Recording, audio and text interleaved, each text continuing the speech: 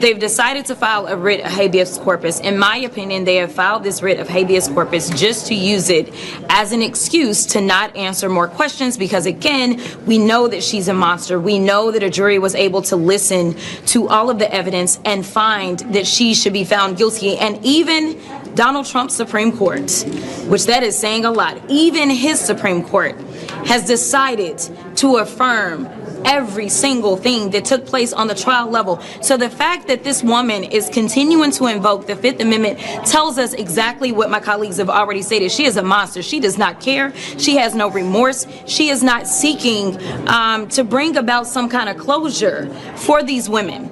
She doesn't care.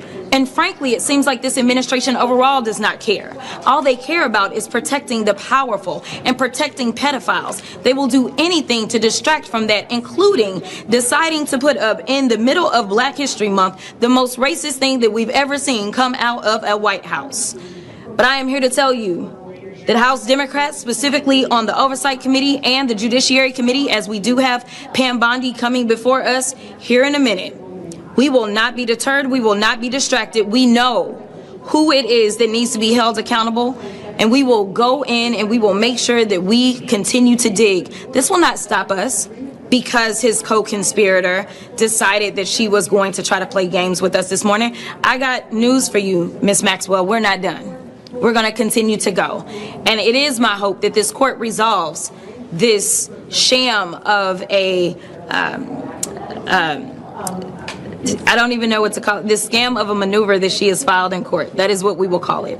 We hope that that is resolved quickly and we can bring her on back since we're not physically moving her. She's still in her cushy jail cell down in Texas.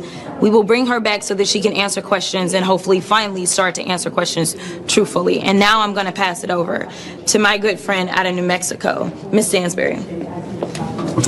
All right, well, good morning, everyone. It is Monday, February 9th. We are just walking out of the deposition with Ghislaine Maxwell after the House Oversight Committee has subpoenaed Ms. Maxwell to speak to the committee in our ongoing bipartisan investigation into the crimes of Jeffrey Epstein and to hold those accountable who have not yet been investigated and convicted of those crimes. As was evidenced this morning, Ghislaine Maxwell did not provide information to the committee and instead invoked her blanket Fifth Amendment rights. While we are not able to speak to the specifics of what was said within the deposition until the deposition record is made public, it is very clear that she used this opportunity to not only campaign for clemency as she has been doing, but also to send a direct message that she is hoping that people who were sitting in the deposition will transmit to the President of the United States, which is that her silence can be bought through clemency. It is very clear that that is the message that she is trying to send directly to Donald Trump himself. Directly. She is telling Donald Trump through her deposition that she is trying to buy her clemency. Now, she did state that she is taking and invoking her Fifth Amendment rights because of a pending habeas petition before the Southern District of New York. But let us be clear. Her case appeals have already gone to the United States Supreme Court and they have been denied. She is not being released from jail unless, of course, Donald Trump buys what she's selling. So we want to be clear that she is exactly where she's supposed to be in terms of her conviction, and she needs to go back to the prison where she belongs.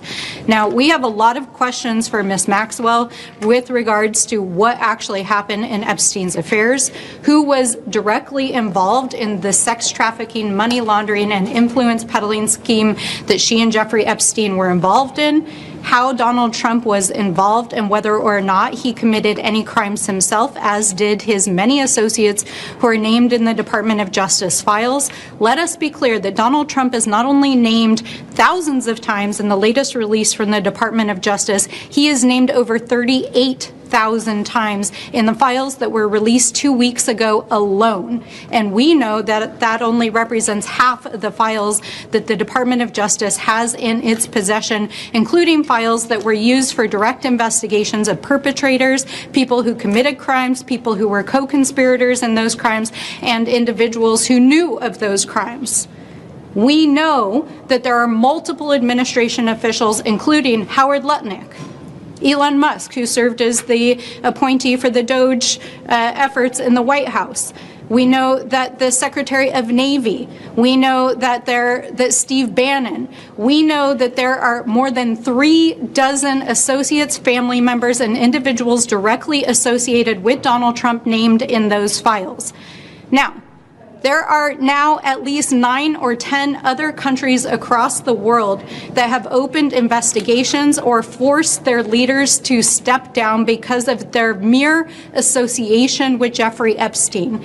And the United States government is engaged in an active cover-up of the largest sex trafficking scandal and influence peddling scandal in the history of the United States, and Donald Trump is right at the center of it. And the person who is living to provide the evidence, who knows what is going on, is trying to invoke the Fifth to buy her clemency. So let's be clear on what we saw here today. This was an effort to essentially try to secure her pardon by keeping her mouth shut. And we will not allow this silence to stand. It was announced late last week that the Department of Justice would allow members of Congress to view the unredacted files of the files that have been released, and many of us will head to the Department of Justice today to look at the memos and internal documents of Department of Justice that were removed from the website to understand why names of survivors were unmasked and why and who the Department of Justice is shielding as they have redacted files that include perpetrators and co-conspirators. And with that, we will stand for questions. Can you talk about if there was a conversation around Howard Lutnick, for example? I know Comer said he didn't want to disrupt the other 5 depositions that they have scheduled, but I don't know how even just trying to speak to Comer would disrupt the other 5. So I wonder if you could help us understand.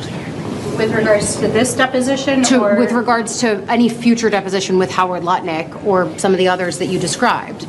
The committee is keeping an ongoing list of individuals we would like to subpoena. It's really important for folks to understand that in order for us to subpoena anybody, the majority has to consent. And so while we appreciate that there is bipartisan cooperation in this case, we have a whole list of individuals